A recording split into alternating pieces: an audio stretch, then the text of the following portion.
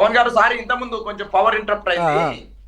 ఇవాళ నేను ఒకటే, ఇవాళ కాంగ్రెస్ పార్టీ కక్ష సాధింపు చేస్తా ఉందా, ఇలా కావాల్సుకొని చేస్తా ఉందా, కేటీఆర్ ని బదనం చేయడం కోసం చేస్తా ఉందా, కేటీఆర్ క్యారెక్టర్ ని ఆనందం చేయడం కోసం ఈ ప్రయత్నం చేస్తా ఉందో ఒక భాగం ప్రజలు ఆలోచిస్తా ఉన్నారు, ప్రజలు చర్చించుకుంటారు ఒక భాగం. ఇలా కాంగ్రెస్ పార్టీ నుంచి మేము మొదటగా అడిగేది ఒకటే, 4 సంవత్సరాల ఒప్పందం జరిగింది ప్రభుత్వం తోటి, ప్రభుత్వము formula race నిర్వాహకులతోటి.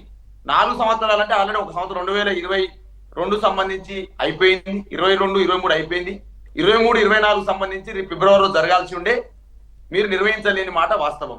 Hyderabad brand image ని పెంపొందించడం కోసం కావచ్చు, ఎలక్ట్రిక్ వాహనాల వెహికల్స్ సంబంధించిన పురోగతి చేయడం కోసం కావచ్చు, ప్రమోట్ చేయడం కోసం కావచ్చు, ఈ రేసు నిర్వహిస్తే కొంత పెట్టుబడులు వచ్చే ఆస్కారం ఉండే, అది మీరు చేయలేకపోగా మీరు ఆ నిర్వాహకులే చెప్పారు, సార్ మాకు ఫస్ట్ ఇన్స్టాల్మెంట్ సెకండ్ ఇన్స్టాల్మెంట్ సంబంధించిన 55 కోట్ల నిధులు వచ్చినవి, మిగతా సంబంధించిన ఇప్పుడు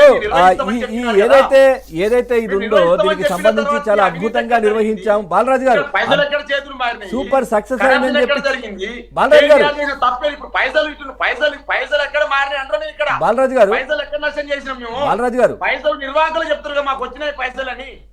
అదే ఎందుకు వైదొలిగారు, ఆ గ్రీన్ కో అనేది ఎందుకు వైదొలిగింది, అద్భుతంగా జరిగింది ఈవెంట్ అని చెప్పారు. ఆ తర్వాత కేటీఆర్ గారు కూడా చాలా సూపర్ సక్సెస్ అయిందన్నారు. మరి వెంటనే ఆ గ్రీన్ కో అనేది ఎందుకు వైదొలిగింది ఇందులో నుంచి? నిల్సన్ అనేటువంటి ఒక ఎనాలిసిస్, స్పోర్ట్స్ ఎనాలిసిస్ సంబంధించి, పెట్టుబడుల ఎనాలిసిస్ సంబంధించిన సంస్థ సర్వే చేసి ఫార్ములా రేస్ హైదరాబాద్ లో నిర్వహించడం ద్వారా పెద్ద నగరాలు సార్, ముంబై లాంటి నగరాలు, బెంగళూరు లాంటి నగరాలు భారతదేశంలో, కలకత్తా లాంటి నగరాలు భారతదేశంలో పోటీ పడితే ప్రపంచవ్యాప్తంగా అనేక పెద్ద నగరాలు, బీజింగ్ లాంటి నగరాలను తలదన్నే విధంగా హైదరాబాద్ బ్రాండ్ ఇమేజ్ ని పెంచే విధంగా కేటీఆర్ గారు చేసిన కృషి ఫలితంగా ఫార్ములా రేస్ అనేది హైదరాబాద్ లో నిర్వహణకు ఒప్పుకున్న మాట వాస్తవం.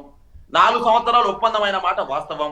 4 సంవత్సరాల ఒప్పందంలో భాగంగా మొదటి ప్రమోటర్ గా వచ్చినప్పుడు హైదరాబాద్ లో మొదటిసారి కదా భారతదేశంలోనే చాలా రేర్ గా పోటీ పడ్డాయి, భారతదేశంలో హైదరాబాద్ తీసుకురావడం కేటీఆర్ ఘనత. ఆ క్రమంలో గ్రీన్ కో మా ఫస్ట్ ప్రమోటర్ వచ్చింది. తదంతా వాళ్ళకి ఇష్టం లేదు, వెళ్ళిపోయినప్పుడు ఇంకో సంవత్సరం తీసుకొచ్చేటువంటి కాన్ఫిడెంట్ మాకుంది, హైదరాబాద్ బ్రాండ్ మీద పెంచే కాన్ఫిడెంట్ మాకుంది, కాబట్టి మేము ప్రయత్నం చేద్దాము. మేము రైట్, ఓకే బాలరాజు గారు బ్రేక్ అవుతోంది. రచనారెడ్డి గారు ఏంటి ఇప్పుడు, అంటే ఇందాక మీరు ఒక అడ్వకేట్ గా మాట్లాడారు, ఏం జరుగుతోంది ఏంటి కేసుకి సంబంధించి కూడా. ఇప్పుడు ఒక బీజేపీ పార్టీ తరపున ఏం చెప్తారు, అసలు రాష్ట్రంలో జరుగుతున్నది ఏంటిది, ఈ ఇష్యూకి సంబంధించి మీ కామెంట్స్